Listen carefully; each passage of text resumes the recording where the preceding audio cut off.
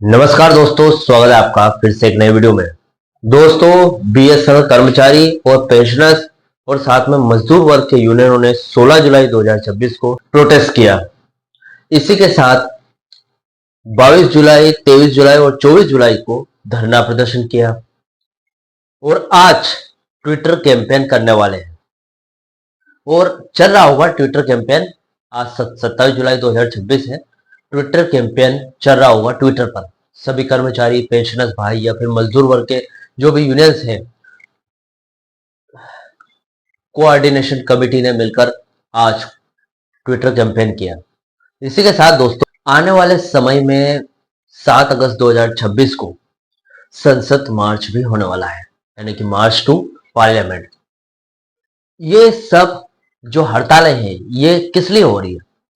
Third PRC लागू करने के लिए। उसके 2017 के टाइम पे जितने भी बेनिफिट्स बनते हैं थर्ड पीआरसी के, उन सभी को पाने के लिए। 10 साल का एरियर जो कि 2017 से लेकर जुलाई 2026 तक का बनता है, उसको पाने के लिए। इसी के साथ पे रिवीजन के साथ डोंट ऑब्जर्व पेंशनर्स का पेंशन रिवाइज करने के लिए। मजदूर वर्ग के ऐसे ज्वलंत मुद्दे हैं जो कि अभी तक लागू नहीं हुए हैं, जो जिनको सॉल्व नहीं किया गया अभी तक, उनको सॉल्व करने के लिए ये सब हड़तालें हो रही है। और भी पिछले दिनों काफी हड़तालें हुई हैं। 2025 में जब से नॉन एग्जीक्यूटिव कर्मचारियों का वेज रिवीजन यानी कि थर्ड पीआरसी पर हस्ताक्षर हुए हैं, तब से लेकर अब तक लगातार हड़तालें जारी है। यानी कि हड़तालें इसके पहले भी हुई है, 8 अक्टूबर 2025 से पहले भी, लेकिन ज्यादातर तेजी कब आई? 8 अक्टूबर के बाद, जब हस्ताक्षर हुए। इसी के बाद से लेकर अब तक थर्ड पीआरसी लागू नहीं किया गया है। बहुत सारी हड़तालें की गई और फाइल को मैनेजमेंट कमेटी से साइन कराते हुए डोट के पास लेकर आए, लेकिन डोट ने अफोर्डेबिलिटी क्लोज का रट्टा रट लिया और तब से लेकर अभी तक फाइल है वो अफोर्डेबिलिटी क्लोज की वजह से डोट में पेंडिंग है। अब डोट में अफोर्डेबिलिटी क्लोज में छूट दिलाने के लिए ही ये जो आगे हम देख पा रहे हैं ये हड़ताल की जा रही है। अब दोस्तों, आज ट्विटर कैंपेन है। अब ट्विटर कैंपेन है और भी बहुत सारे ऐसे हड़ताल हुए हैं। सभी को देखते हुए क्या बीएसएनएल मैनेजमेंट या फिर सरकार की बात करें, क्या थर्ड पीआरसी लागू होगा ट्विटर कैंपेन के बाद? रिजल्ट में क्या थर्ड पीआरसी लागू करके देगी? क्या अफोर्डेबिलिटी क्लोज में रिलैक्सेशन मिलेगी? क्या 2017 से पेंशन रिवीजन होगा? क्या 2017 से लेकर अभी जुलाई 2026 तक के आपका जो 10 साल का एरियर है वो मिलेगा? क्या मजदूर वर्ग के जितने जो बर्निंग इश्यूज है वो सॉल्व होंगे? आज पूरी जानकारी डिटेल तरीके से इस वीडियो में आपको बताने वाला हूं। सबसे पहले दोस्तों, चैनल पर नए हो, पहली बार आए हो, बीएसएनएल से जुड़ी खबरें रोज देखना चाहते हो तो चैनल को सब्सक्राइब कर लीजिएगा। साथ में दोस्तों बेल नोटिफिकेशन ऑन जरूर कर देना। मेरा नाम है सुनील विश्वकर्मा। मेरे द्वारा दी गई जानकारी आपको सही लगे, सटीक लगे तो अपने यारों मित्रों के साथ, कर्मचारी भाइयों के साथ, पेंशनर्स भाइयों के साथ इसको शेयर जरूर करना। साथ में दोस्तों जाते जाते वीडियो को लाइक करके जरूर जाना। चलिए दोस्तों, बढ़ाते हैं वीडियो को आगे। देखिए दोस्तों, जो ट्विटर कैंपेन है वो कहीं ना कहीं बीएसएनएल थर्ड पीआरसी के लिए बहुत जरूरी है। पिछली बार भी जब ट्विटर कैंपेन मई के महीने में हुआ था, तब आईडीए का जो मुद्दा था वो पूरी तरीके से सॉल्व हो गया था और डीपीए ने आईडीए जारी करने का आदेश भी दे दिया था। इसीलिए जो ट्विटर कैंपेन इस बार भी हुआ है, इसका अच्छा खासा दबाव बनने वाला है। इसी के ठीक बाद, आज से 10 दिन बाद 7 अगस्त 2026 को संसद मार्च भी होने वाला है। उसका भी कहीं ना कहीं भयंकर दबाव पड़ने वाला है बीएसएनएल मैनेजमेंट या फिर डोट भारत सरकार पर।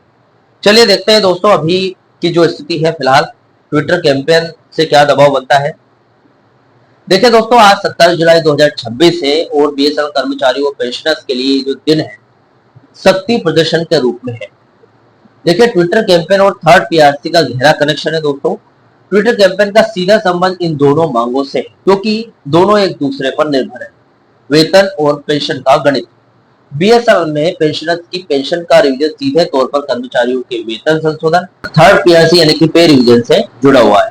बीएसएनएल में pension IDA industrial DNS allowance pattern पर आधारित है। इसका मतलब ये है जब तक कार्यरत कर्मचारियों का वेतन मान यानी कि पे स्केल नहीं बदलेगा, तब तक पेंशनर्स का पेंशन रिवीजन संभव नहीं।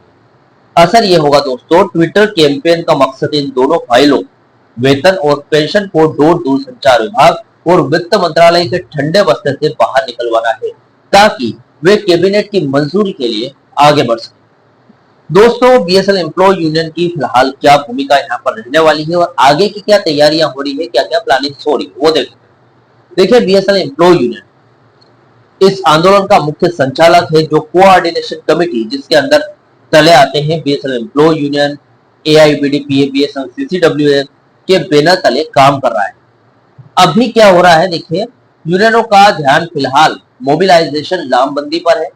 16 जुलाई की रैली और 22 से 24 जुलाई के धरने के बाद आज का ट्विटर कैंपेन सरकार पर डिजिटल दबाव बनाने का हिस्सा है। आगे की क्या तैयारियां हैं, 7 अगस्त के संसद मार्च के बारे में देख लेते हैं। इस आंदोलन का सबसे महत्वपूर्ण चरण है बीएसएल एम्प्लॉय यूनियन और अन्य यूनियनों का 7 अगस्त 2026 को नई दिल्ली में संसद मार्च करना। ये दोस्तों एक अंतिम चेतावनी जैसा कदम होगा, जहां देश भर के सभी कर्मचारी बीएसएल में एकजुट होंगे, ताकि सरकार को सीधे सड़क पर आके अपनी मांगे मनवाने के लिए मजबूर किया जा सके। दोस्तों, अफोर्डेबिलिटी क्लोज क्या है, इसके बारे में देख लेते हैं। देखिए, अफोर्डेबिलिटी क्लोज थर्ड पीआरसी लागू करने में सबसे बड़ी तकनीकी बाधा है।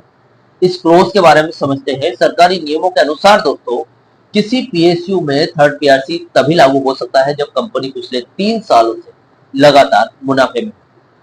अब बीएसएल घाटे में रहा, इसलिए सरकार इस नियम को लागू करने से रोकते हैं। देखिए दोस्तों, चलो मान लेते हैं अगले 3 सालों में बीएसएल कंपनी प्रॉफिट करके अफोर्डेबिलिटी क्लोज से एक्सेप्शन पा लेगी, रिलैक्सेशन मिल जाएगा, छूट मिल जाएगी। छूट को छोड़ो, ये अफोर्डेबिलिटी क्लोज अपने आप हट जाएगा 3 सालों बाद। लेकिन सवाल ये उठता है कि क्या कर्मचारी या फिर पेंशनर्स इसमें साथ देंगे? क्या कर्मचारी और पेंशनर्स बिना थर्ड पीआरसी के 3 सालों तक इंतजार करेंगे? इसका जवाब है नहीं। वो इंतजार नहीं करेंगे, क्योंकि इंतजार करते करते उनको 2017 से अब तक 9.5 साल हो गए। इसीलिए कहीं ना कहीं इसमें छूट पाने के लिए संघर्ष कर रहे हैं वो, और इसमें छूट देना ही पड़ेगा सरकार को। अब सवाल ये आता है कि क्या सरकार इसमें छूट देगी, वाइवर मिलेगी? देखिए, यूनियनों की डिमांड की बात करें तो यूनियन तर्क दे रही है कि बीएसएल का घाटा पॉलिसीगत नीतियों और सरकार की नीतियों के कारण हुआ है, न कि कर्मचारियों की गलती से। इसलिए सरकार को अफोर्डेबिलिटी क्लोज में छूट यानी कि वाइवर देनी होगी। सरकार के रुख की बात करें दोस्तों, अभी तक सरकार ने आधिकारिक तौर पर कोई भी छूट नहीं दी। इसलिए ये जो मुद्दा है सालों से लटका हुआ है, अटका हुआ है। सरकार को इसे वन टाइम स्पेशल केस मानकर छूट देनी है। देखिए, बिना इस छूट के थर्ड पीआरसी लागू करना कानूनी रूप से संभव नहीं है। यही कारण है कि यूनियन ने अब सड़क पर उतरकर संसद मार्च के जरिए सरकार को इस विशेष छूट देने के लिए मजबूर करने की कोशिश कर रही है। कुल मिलाकर दोस्तों, देखा जाए तो आज का जो ट्विटर कैंपेन 7 अगस्त के संसद मार्च के लिए माहौल बनाने का तरीका है। बीएसएल कर्मचारी और पेंशनर्स अब केवल ज्ञापन यानी कि मेमोरेंडम के भरोसे नहीं बैठना चाहते। वे सरकार पर राजनीतिक और जन दबाव डालकर उस अफोर्डेबिलिटी क्लोज को हटवाने की कोशिश कर रहे हैं, जो कि उनकी तरक्की और पेंशन में सबसे बड़ी बाधा है, जो कि 2017 से अब तक लगातार रही है। दोस्तों, ट्विटर कैंपेन का जो रिजल्ट है वो 1 से 2 दिन में आ जाएगा। जब भी आएगा मैं वीडियो बनाकर जरूर लेकर आऊंगा। फिलहाल दोस्तों, ये अब तक की अपडेट थी ट्विटर कैंपेन के बारे में, उसके बाद संसद मार्च के बारे में।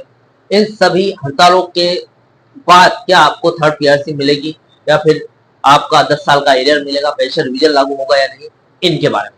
फिलहाल दोस्तों, आई होप आपको वीडियो अच्छा लगा होगा। इस वीडियो से जुड़ा हो जो भी आपका डाउट या क्वेश्चन वगैरह हो तो मुझे कमेंट बॉक्स में कमेंट कर सकते हैं। वीडियो अच्छा लगा हो तो वीडियो को लाइक कमेंट से जरूर करें। मिलते हैं दोस्तों नेक्स्ट वीडियो में। सी यू सून।